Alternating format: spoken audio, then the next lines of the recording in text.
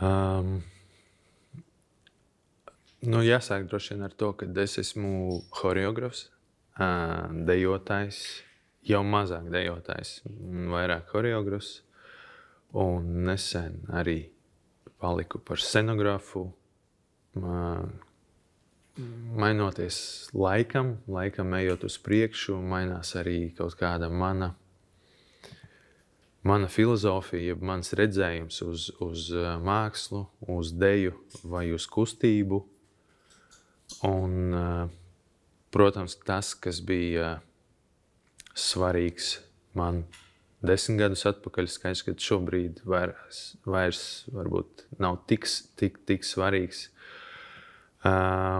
Bet tas redzējums, ja vest kādu paralēli, tad es varētu to nosaukt atvērtas durvis, varbūt kaut kā tā, jo gūstot idejas vai iespaidus no lietām, no cilvēkiem, kurus es satieku vai ar kuriem es strādāju,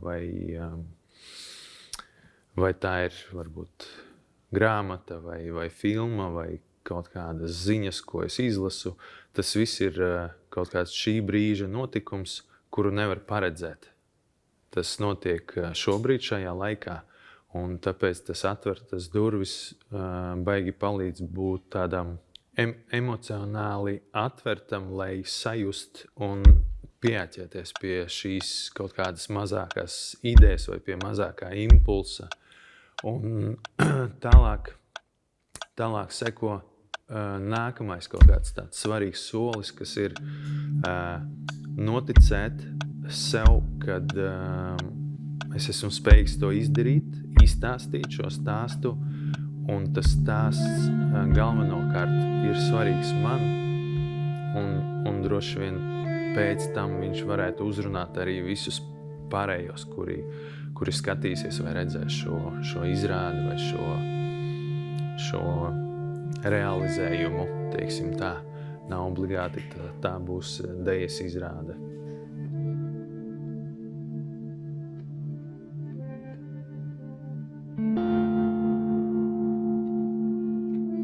Par izrādi Inside droši vien ir jāsaka ar šo izrādi, tāpēc, ka tā ir viena no teiksim, tādām svarīgām, galvenām izrādēm, kas notika, vai no kā sākās tā mana ticība tam, kad es varu. Un Inside izrādē notika pirmoreiz Nacionālajā teātrī. Un tad, protams, kad nākot iekšā teātrī, tu uzreiz aizdomājies par jēgu, jo teātrim vajag izskaidrot vienmēr, kas, kāpēc un kur, un no kurienes tas viss sākās. Un tad es kaut kā biju arī saslimis ar šo te lietu un mēģināju pats sev izskaidrot, kas tad ir inside, kas tad ir tā iekšā. Un man rodās ideja par dialogu, kad cilvēks sarunājas ar savu sirdi, un tas sirds saka, kad viņa drīz apstāsies. Un tad mēs strādājam ar dejotājiem visu laiku no viena teikuma, kas bija tā kā ar jautājumu, ko darītu, kā tu apskautu, kā tu skatīties, kā tu runātu un ko tu teiktu, ja tu zinātu, ka tā ir tava pēdējā reize. Un tā izrāde bija tāda ļoti vizuāla arī, kas ir jāsaka man visām izrādēm, gandrīz visām izrādēm piemīt tas vizuālais punkts, jo savā galvā es sākumā redzu tikai bildi ar gaismu un es neredzu kustību, kas varētu būt arī smieklīgi, jo horeografam it kā jāredz kustība, bet nē, es redzu tieši bildi ar gaismu un ar vietu, teiksim, ar scenogrāfiju, kam es pievērsos bišķiņu vēlāk. Jā, un tad Inside bija tas moments, kad mēs strādājam ar šo dialogu un ar šo jautājumu ar dejotājiem. Un nākamā izrāde varbūt par kuru es gribētu pateikt, tā ir 18 soļi, ja franču valodā ir 18 pas, kas rodās no Patrika Ziskinda stāsta Parfīms. Un šo darbu es pirmo reizi veidoju uz profesionālo vienīgo toreiz Latvijā Olgas Žitluhinas dejas kompāniju, kurā es pats arī dejoju 7 vai 8 gadus. Un tad man bija milzīga atbildība, jo es biju viens no jaunākiem dalībniekiem, taisīt savu darbu uz šo kompāniju, domāt ne tikai par kustību, bet arī noformējumu, kas bija arī skaņa, kas bija arī kostīmi un, protams, vizuālais arī tēls tam visam. Un es biju šausmīgi iespaidojis no tieši Patrika stāsta par parfīmu, par to sajūtu, par to smaržu, par to kaut kādu necilvēcisko pievēršanos vienai lietai, aiz kuras var slepties, kā stāstīts, ne tik patīkamas cilvēciskas lietas, bet diezgan trakas lietas, bet tā apsestība ar kaut kādu vēlmi atklāt kaut ko. Tajā parfumēra gadījumā ir smarža, un manā gadījumā tas bija kaut kāds tieši tā kustības esence, ja to var nosaukt tā. Un tā bija forša pieredze ar tieši profesionālu dejotājiem, profesionālu kompāniju, ar kuru bija laiks un vieta, kur strādāt un gatavot šo izrādi, kurā arī dejoja pati Olga Žitluhina, kas bija jau man tāds papildus stress katru mēģinājumu. Tā. Tad izrāde atgriešanās. Atgriešanās, The Return, darbs, kuru taisīja mana sieva. Un tā ir vēl viena tāda atbildīga lieta, jo neskatoties uz to, ka mēs esam vīrs un sieva, mūsu viedokļi, kā mākslinieku viedokļi, ir ļoti bieži pretēji. Mēs esam ļoti dažādi cilvēki ar dažādiem skatījumiem uz deju, uz mākslu. Un šajā izrādē man bija tas gods iesākt šo darbu, un šim darbam pirmo reizi uz skatuves es izjūtu lielu atbildību un lielu brīvību vienlaikus, jo bija tikai struktūra, nebija konkrēts set materiāls, jeb uztaisīta, vienkāršiem vārdiem sakot, kombinācija, kuru vajadzēja izpildīt, bet struktūrā, kurā es impulsīvi un intuitīvi jūtos un vados un reaģēju uz to, uz skatuves. Un tāpēc katru reizi, kad mēs dejojam šo izrādi, tas sākums man bija savādāks, pilnīgi savādāks, un tas bija kaut kāds līdz tam, tā bija pieredze, kuru es līdz tam nebiju pieredzējis uz skatuves. Tāda atbildīga brīvība. Jā, tas bija ļoti, ļoti tāds neaizmirstams moments uz skatuves. Par ko sapņo meitenes, jeb meiteņu sapnis, izrāde rodās no idejas par humoru, par to, kad laikmetīgas dejas izrāde var aizriet gandrīz bez dejošanas, ar ļoti daudz teksta un bez drāmas, teiksim tā. Viņa var būt ļoti smieklīga, man gribējās ticēt tajā laikā.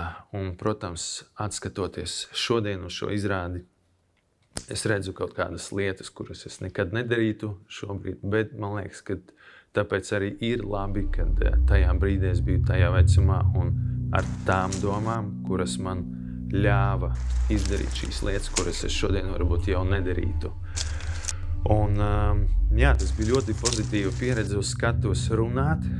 Pilnīgi no A līdz Z izbūvēta izrāde, kur es mācījos katru vārdu no galvas. Es nevarēju sev atļauties improvizēt, jo toreiz latviešu valoda man nebija tādā līmenī. Un, kad es biju ar šo izrādi ārzemēs, tad es runāju angļu angļu valodā. Un tad angļu valoda bija vēl sliktākā līmenī, un tad es mācījos katru vārdu, un joprojām daži vārdi man sēž galvā. Jā. Un darbs personāles ir darbs, kur es brīdī, kad es strādāju Ozolniekos, un tad Jelgavā man bija tāda pieredze strādāt ar daļslidotājiem. Es vēl toreiz biju students, un es braukāju ar mikriņu 3 reizes nedēļā vai 2 reizes nedēļā. Un tad es saku pamanīt sev apkārt kaut kādas ļoti foršas ainas, kas ir lauki, kas ir ūdens, kas ir uzārts kaut kāds vai lauks aizpildīts ar kūdru, ar kaut kādām nocirstām saknēm. Un vienā brīdī, kad es biju braucis ar mašīnu, es apstājos pie viena lauka, jo tur bija apgāzts koks. Un tad tajā kokā iekšā bija spēris zibens, un kokā izveidojās tāds caurums. Nezinu, kāpēc es sajūtu, ka tas ir kaut kāds atbilst šīs caurums manam izmēram, un es mēģināju tur ielist, kas arī beigās izdevās, un tas tiešām bija kaut kāda cilvēka izmēra caurums, ko izspēris zibens kokā. Milzīgi lielā kokā. Un tad es sāku aizdomāties par dabas un cilvēka attiecībām, kā mēs ietekmējam uz dabu un kā daba ietekmē mūs. Un tā, kas notiek, kas ir tā miedarbība, ko mēs varam pienest, vai tieši otrs jautājums bija tā kā, vai katru reizi, katru momentu, kurā mēs esam šeit un stāvam uz zemes, mēs tā kā savācam kaut ko sev, nodarot sliktu, nodarot ļaunu dabai. Un galvenokārt, tas darbs bija par to dabas sajūšanu sevī un apkārt. Bija pietupies un ar 20 cm pa labi lieti. Tad darbs par viens no pēdējiem, pēdējais darbs, kas ir atved mani mājās, ko mēs veidojam kopā ar Aldi Liepiņu, izpildītāju. Un šis darbs tapa projektā Točka ietvaros. Es biju ienācis telpā, kura nedrīkstēja atrasties vairākiem cilvēkiem, jo viņi bija bīstama. Es nezinu, vai vispār šito drīkst stāstīt, jo tur nedrīkstēja atrasties. Un tad mums teica, ka tā kā maksimums, ko mums var atļaut, ir 2 cilvēki, kuri tur tā kā drīkst būt. Un tas kaut kādā ziņā arī ietekmē visu to projektu realizāciju, jo mēs iesaistījām publiku blakus zālē un taisījām to labirintu, to maršrutu, kuru gāja Aldis, un skatītāji ietekmēja viņu, sakot viņam, kur doties. Jo viņam bija acis ciet, un viņš vienkārši sekoja norādēm. Un tad šobrīd šī izrāde jau pārtapa par tādu, manuprāt, ļoti potenciālu darbu, ar kuru var turpināt strādāt un meklēt citas realizācijas, par online darbu, ka skatītājs ir online platformā, un viņi caur būdami mājās var piedalīties šajā izrādē, turpinot vadīt Aldi pa šo telpu. Kāpēc tā vadīšana vispār pa to telpu? Un tas ir savā ziņā tāds vieglāks, caur spēli parādīts moments, kas ir, manuprāt, ļoti svarīgs tieši šajā laikā. Un tā ir tā atbildība par savu rīcību, kas man šeit ir, par ko ir vērts parunāt un par ko ir vērts padomāt mūsu laikos, kā teiktam vārdam, tam, ko tu esi pateicis, ir kaut kādas sekas, un ja tu to esi izdarījis, tad esi gatavs par to arī atbildēt. Kaut kādi atsevišķie vārdi man ir, tā ir tiešām tā refleksija, par ko es aizdomājos un domāju. Un vārdi, kuri nāk, man ir šaus, ātrums, epotāža, maksimāli uz āru, bet bieži vien aiz tā visa slepjās tukšums. Un kad pieklāvē, kad tu jūti, kad aiz tās ģipškartona sienas ir tukšums. Nav iejūtības, nav cieņas un ļoti pietrūkst pieklājības. Absurds rullē, bailes izteikt viedokli pret augstāk stāvošo, bet galvenais šobrīd ir, lai manā ģimenē būtu sapratne un miers, un tad no savas ģimenes es mēģināšu nest to uz āru. Bet tas negatīvais, kas notiek ārā, to savā mājā es nenesīšu. Un caur visām šīm lietām, kas notiek šobrīd pasaulē, ļoti stipri, manuprāt, dzešās ārā un zūd gaisma mūsos. Vai vismaz man ir tā sajūta, ka kāds cenšas to gaismu mūsos izdzēst. Bet līdz ar to, ja pretēji tam bez zināmiem paskaidrojumiem un iemesliem, jo tumšāk paliek ārpus, jo gaišāk paliek mūsos pašos iekšā. Vismaz man gribās tam ticēt. Man gribās atrast, un es pieņemu to, ka tas varētu pilnīgi nesakrist ar lietām, ar kurām es nodarbojos šobrīd, bet tas atrastais būs mans vēlamais, tā būs mana jēga, man kļūs skaidrs, un es būšu laimīgs, dzīvojot, zinot, ka es daru to, kas man vislabāk patīk, kas man rāda prieku, kas lādē mani, kas iedvesmo mani, kas varbūt tam arī ļoti gribās ticēt, padarīs laimīgus arī citus cilvēkus. Manifests. Let's say.